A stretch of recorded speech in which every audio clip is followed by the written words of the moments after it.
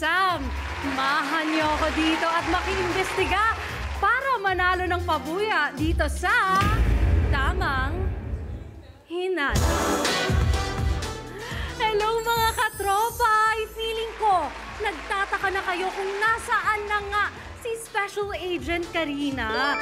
Siya naman ang nahuli at abangan nyo kung ano ang ginawa niya maya-maya lang. Naku Karina, ano ba yung ginawa mo ha? Pero huwag kayong mag-alala dahil for this weekend, ako muna ang makakasama nyo. Ako si Sam Coloso, ang inyong Special Agent. Naging suspect na din ako, kaya feeling ko kayang-kaya ko ring maging Special Agent. At dahil buwan na ng Pasko, oras na din syempre para sa aming paaginaldo sa inyo. Kaya makiimbestiga na at manalo ng mga pabuya. At huwag palampasin ang mga ebidensya at maki-hashtag ng hashtag Tamang Hinala sa Paina para makita namin ang mga nahuhuli mo. Yes, at ngayong Sabado at Linggo, isang bagong kaso ang iimbestigahan natin at kasama pa rin kayo sa pagsisiyasat mga katropay. At 4 na bagong celebrity suspects ang ating iimbestigahan. Bawat kutob nyo ay maaaring makapagpanalo sa inyo ng 4,000 pesos. At kung tama naman ang hinala nyo, sino ang salarin sa iyo ang pabuyang 10,000 pesos! Bongga, diba? Direk, sabi ko sa'yo, sasali na lang ako eh. Anyway, Sabado, 3 tanong ang ibibigay ko sa inyo. Kapag tama ang hinala mo at nakapagbigay ka ng tamang sagot, mapapasama ka sa pipiliin ng randomizer at maaring manalo ng papremyo. Isa ang mananalo ng 4,000 pesos sa round 1. Isa ang mananalo ng 4,000 pesos sa round 2 at isa pa rin ang mananalo ng 4,000 pesos sa round 3. Diba? Napakabongga. At ang dali-daling makakuha ng pera dito sa Tamang Hinala. Kaya ngayon pa lang, punta na sa pi.com.ph or mag-log in o mag-register at kumpletuhin ang profile at makipindot Painala na. Again, pi.com.ph. Sabihan nyo na rin ang buong pamilya para mas maraming chance manalo. At paalala lang sa pagsagot sa mga tanong, abangan ang interactive questions natin sa chat box. Bagong experience at mas pinadali na ang pindot Painalo nyo araw-araw. Kaya naman, eto na, simulan na natin agad ang investigasyon. Kilalanin na natin ang mga bagong suspects. Ano kaya ang kasong iimbestigahan natin? Panuurin natin to.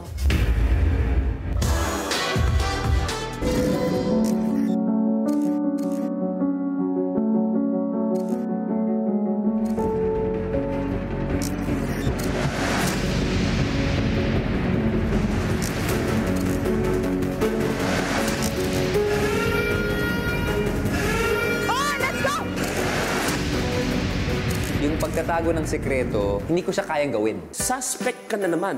Mas regular ka pa sa programa ko kaysa sa akin. Ikaw ba may-ari ng pie? Hindi. May ganoon kasi ako kinuha 2 relo. Kailangan ko na itong bayaran. Ano si Kuya Limon mahusay talaga, sadyang hindi lang mapagkakatiwala. Yung husay, walang question sa kanya. Ano naman siya? Dito talaga wala. Grabe siya. Gumagalit ko. Alam mo, baka manuno ka pa, kakatulong mo. Ako naging soul, tumagos. Okay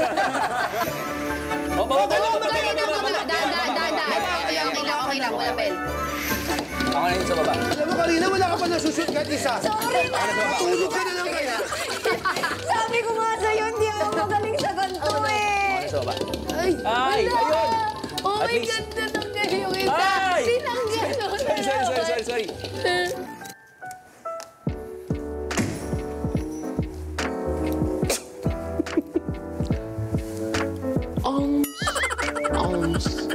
Spare me some bread. Buwan na ng Pasko at oras na para sa pagtatago at pangingilatis. Ang pagtago ng mga regalo ninyo at ang pagkilatis kung ano ang inyong matatanggap. Pero dito hindi kailangan hulaan ng mga papremyo dahil tumutok lang kayo ang 10,000. Pwede mo pa sa inyo kung kayo ay may tamang hinala.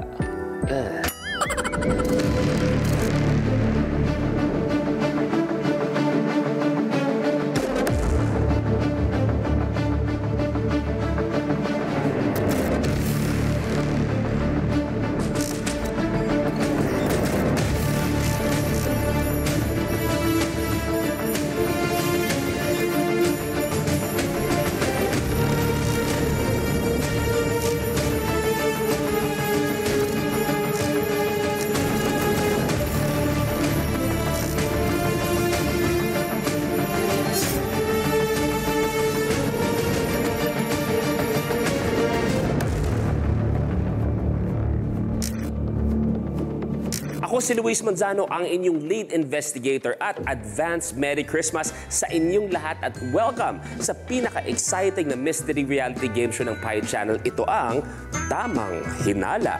Bawat linggo, isang kaso pa rin ang ating lulutasin at syempre kasama kayo sa pag-iimbestiga lahat ng mga katropay natin. Kung saan, kasama nyo rin ang isang very special agent na tutulong sa lahat ng inyong mga hula. Pumunta sa pie.com.ph at sagutin ang mga tanong na ibibigay ng special agent live na live. Galingan ng pag-iimbestiga para mahuli ang tamang sagot at maging isa sa pwedeng manalo ng mas pinalaking mga pabuya. Tuwing Sabado, may 3 mananalo ng tig 4,000 pesos. Tuwing Linggo naman, 2 uli ang mananalo ng tig 4,000 pesos. Tumutok hanggang sa dulo ng imbestigasyon dahil sa huli, isa sa mga may tamang hinala kung sino ang salarin ang mananalo ng 10,000 pesos. Bago sumalang sa imbestigasyon, nagbukas na ng kanilang evidence boxes ang mga suspect at kung sino ang may nakalagay na resibo na pinangregalo para sa Christmas party sa loob ng evidence box, siya ang salarin. Ang goal ng mga inosente ay mahulaan ng tama kung sino ang salarin. At ang goal naman ng salarin ay maitago ang kanyang identity hanggang dulo. Kung sino magtagumpay pagkatapos ng pag-iimbestiga sa mga fact-finding missions, siya mag-uwi ng 20,000 pesos. Sino mga inosente? Sino ang mga salarin? Di ko na rin alam. At Christmas episode nga tayo, kaya naman, tawagin na natin ang mga suspect. Sabay-sabay na kayong pumasok, please. Merry Christmas! Merry Christmas! Maligayang Pasko po. Maligayang Pasko sa inyo. Welcome sa Tamang Hinala. Tayo nagkasama muli, Robbie. Pero ikaw muna, Kuya Bayani. Mas nagtataka ako sa iyo. Nandito ka na dati bilang salarin. Tapos, bumalik ka rin dito bilang isang lead investigator. Tapos ngayon, suspect ka na naman. Mas regular ka pa sa programa ko kaysa sa akin. Mas regular pa ka ba kay Jenica at kay Melay sa You're the Boss. Ikaw ba may-ari ng pie? Hindi. May ganun kasi ako kinuha 2 relo. Kailangan ko na itong bayaran. Kaya lahat ng gusto ko mag-direct dito eh. Kung pwede lang. Sumamakit ka na. Si Direk, pauwiin ko muna. Robbie, first time sa Tamang Hinala. Ako po si Robbie Domingo at ang ganap ko ngayon ay naghahanda ako para sa kasal ko at sa renovation ng titirahan namin. Mas magaling ako manghuli. Yung pagtatago ng sekreto, hindi ko siya kayang gawin. Mahirap na practice yan, lalo-lalo papakasal ka eh. Ikaw ba, unang tanong ko sa'yo, magaling ka mangilatis kung sino nga ba ang pwedeng salarin at kung sino ang inosente? Pwede, Kuya Luis, dahil sanay na sanay ako sa iba't ibang mga reality shows. Robbie, ano mga hahanapin mo sa isang tao para masabi na siya ay nagsisinungaling kung hindi kaya siya nagsasabi ng... Bueno, bago ang lahat, binigyan ka naman ng gulong ng kanila. Akala ko dartboard. Oo. Actually, depende lang sa itsura eh. Makikita agad. Hop! Nung sinabi yung salitang itsura, walang ibang tiningnan kundi si Kuya Bayani Agbayani. May sinasabi ka ba sa kanyang itsura na kung sakasakali man mag-cruise ang landas niyo, hindi mo siya pagkakatiwalaan? Wala akong sinasabi, pero ngayon pa lang, gusto ko na siyang pagbintangan. Yun yung mukhang di mo pagkakatiwalaan talaga. At yun, yung katabi ko. Kaya, kung gusto ko magsabihin, Kuya Yani, sa pagkakasabi ni Robbie. Ako ang salarin.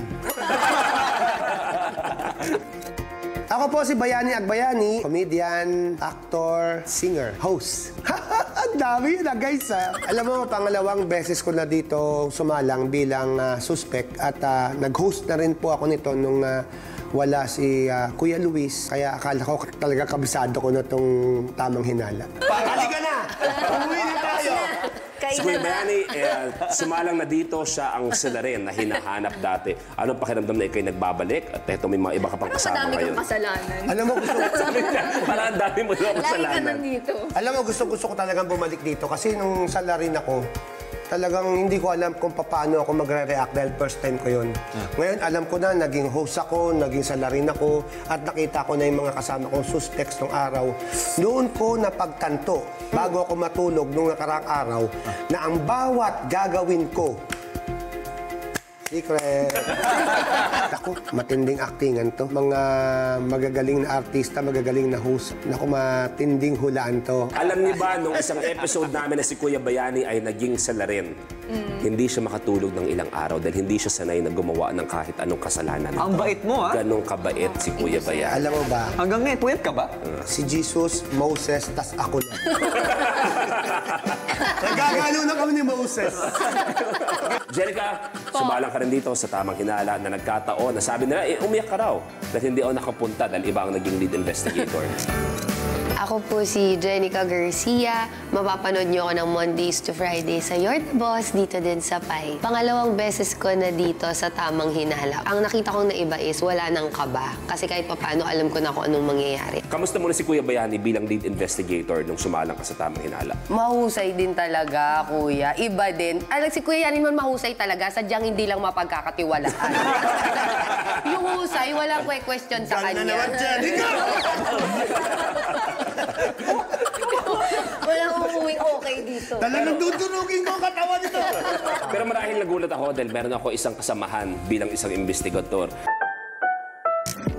Hello, ako po si Karina Bautista, ang special agent ng Tamang Hinala, and nasa Can't Buy Me Love rin po ako as Bougie, and Raya sa Hex Boyfriend, at syempre Karina sa ASAP. Pag nagtatago ako ng sekreto, natatawa talaga ako, kaya feeling ko mas magaling akong manghuli kasi observant rin akong tao. Na si Karina. Pero bigla na lang, anong pakiramdam na isa kang suspect ngayon? Nakakagulat nga, Kuya Lu. Actually, di ko naman talaga ini-expect. Pero ngayon, habang nakikita ko lahat ng mga suspects at nakapanood na rin ako ng mga episodes natin. Abay, dapat lang kasama ka sa kasama ka sa Idea na ako. Bubusin na naman ako dito. Ayaw ang pug ko dito. Mahirap tong challenge na to kasi lahat to nakasama ko na and iba-iba yung personality nila. Kung sakasakali, kanino ka may tiwala at kanino wala? Ako tiwala ako kay Ate Jenica Okay, talaga. Kasi good. nakita ko talaga na genuine siyang tao. Okay. Dito talaga wala. Alam mo, baka manuno ka pa, kakatulong Ako mo na. naging soul, tumagos. Nagkakasiyahan tayo pero napakaseryoso ng ating kaso kung saan nandiyan kayo at tandaan nyo, ang goal natin lahat ay malaman kung sino ang salarin. Pero eto, ang kaso na kailangan lutusin at kung saan isa sa inyo ang salarin. May kasama yung padila. December na at maagang naging merry ang Christmas sa Pi Channel Studio.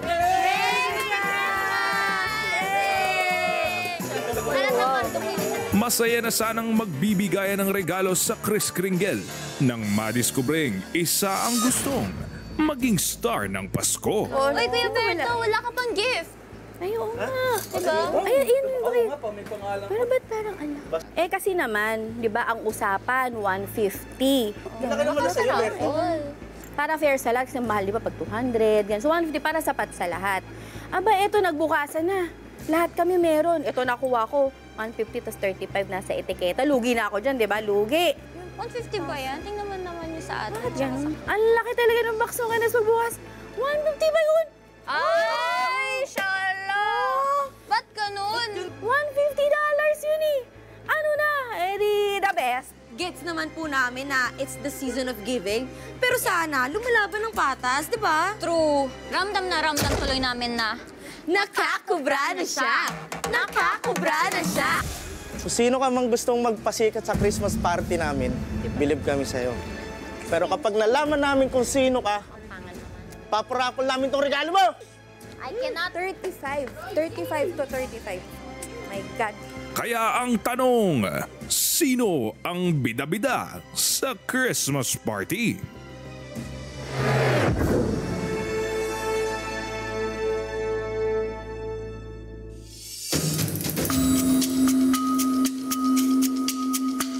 $5,000 yun, 100. 7,500. Oo, Alex, tama naman.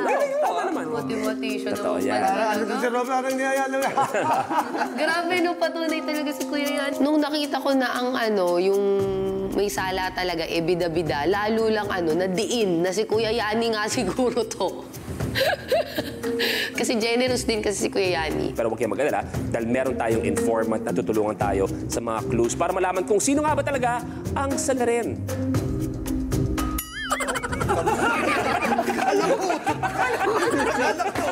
Na hinahanap natin at ito ang kwento ng ating informant. Kung kung sino man niyang bida-bida sa Christmas party, sana talaga mahuli niyo siya. Ito baka makatulong sa inyo. Sa Christmas party kasi, required kaming magdala ng bagay na ito para isabit. Sakto, di pa niya nakukuha ang kanyang...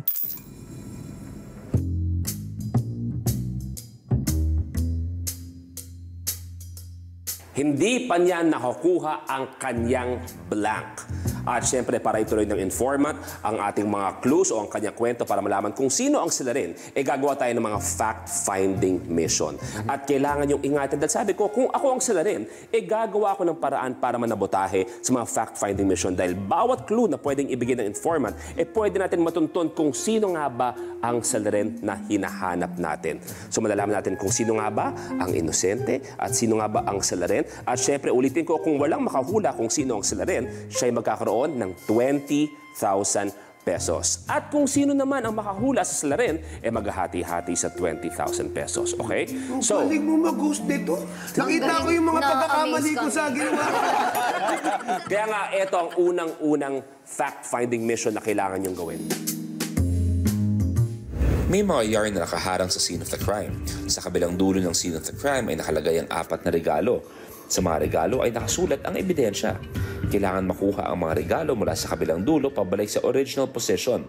Sa mga yarn ay may nakasabit na bell. Ang goal ng mga suspect ay makatawid sa maze para makuha ang mga regalo nang hindi napapatunog ang bell. Isa-isang tatawid ang mga suspect. Kapag napatunog ng suspect ang bell, hindi na niya pwedeng makuha ang mga regalo. Magmatsyag nga dahil malay mo ang salarin ay gagawa ng paraan para patunugin ang bell para hindi makuha kung anong itutuloy ng ating informant. Good luck. Good luck. May sakit ka ba? Good luck. Pwede na kayo tumuloy sa scene of the crime. Hindi na bigyan ng tissue yan. Sa pagkakataong ito, sinasabi ko sa inyo, hindi ako ang suspect dahil ang dami kong bayarin ngayon. Gipit na gipit ako, kailangan ko ang 20,000.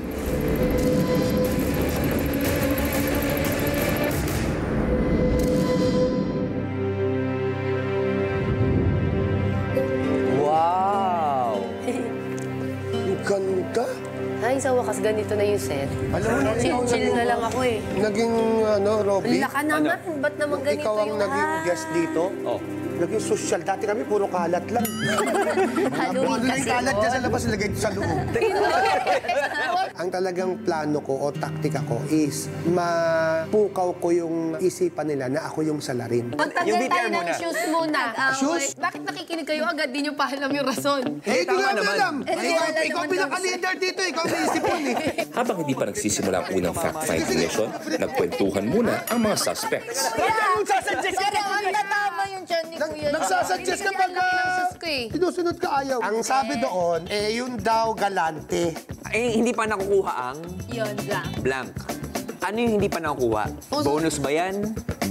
Hindi, doon natin malalaman kung ano yung nandun sa regalo. Ito naisip ko, kung sino man yung, kasi daming mga tries, diba? Yung pinakadulo, yung pinakamahirapan. So magkamali yung una, kasi 1 gift, 2 gifts, 3 gifts, Ang 4 ibig mo gifts. sabihin, hindi tayo dapat tatama dyan sa green? Oo, good luck, Kuya yan. Ang luwag pa naman ng pantalong ko. Kaya nagtakin na. Alam mo, parang di mo gagawa ata to. Ang hirap naman. Kaya, So, ang pinakauna, kailangan, decide tayo sino ba yung pinagkakatiwalaan natin pinakauna? Hanggang pinakadulo. Yung pinakauna, yung hindi pinagkakatiwalaan. Kasi magkamali man siya, at least alam na natin Ako na lang una. Kasi mali-mali So, sinasabi naman ako. mo na ikaw ang dapat pakinalaan namin.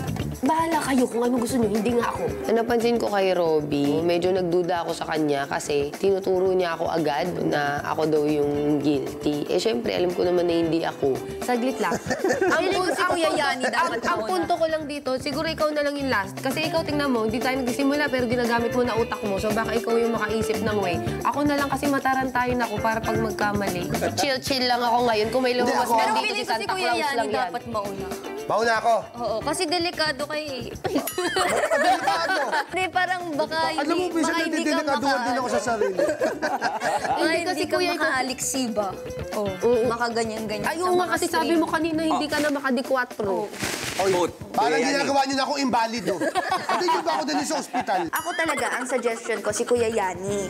Yun na nga, tumatanda na siya, sorry Kuya Yani. Tapos masakit na nga yun ang mga tuhod niya. So sabi ko, siya na mauna para at least kahit hindi niya magawa, maraming sasalo para sa kanya. Kung sino yung makakalusot, yun ang sundan ng susunod. Yung daan na yun. Kuya, mag-tuck-in kaya tayo lahat? Oo. Tuck-in na lang ba? Pwede nga. Sige. Kasi parang sasabit pa ata itong jacket na ito. Buti sinabi niya. Teka lang, mag-usap ko na. Magkakain lang eh. Nalaki akong PBB. Yung mga diskarte, sinasabi sa amin din kung paano gawin yung mga task sa loob ng bahay ni Kuya at kung paano mapagtagumpayan. Ganda yun. Gawin muna natin bago tayo mag-share. Ang dami mo na nilalagay dyan, Robby. Hindi pa matapos. Pag nag-bell na. Hindi, yan. Pwede yan. Tapos lagay mo yan dyan. Pwede ka pumatong dito banda. Kailangan mo lang doon ng area para makuha na agad.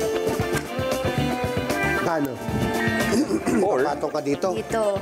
Hindi naman ito kailangan kasi pwede ka naman umakbo. Yan na, yan na. Oh my God. Oo, yun una. Kuya Lu. Ikaw na muna kasi. Kaya, Nico. Pag hinalaan kaya ng mga katropay ang kanilang special agent na ngayon ay suspect na. Special Agent Sam, pasok! Salamat, Kuya Luis. Grabe, mukhang good vibes pa ang mga suspect natin. Sino kaya ang salarin kina Robby, Bayani, Jenica at Karina? Iimbestigahan natin yan. Pero oras na para magbigay ng unang pabuyang 4,000 pesos sa ating mga katropay.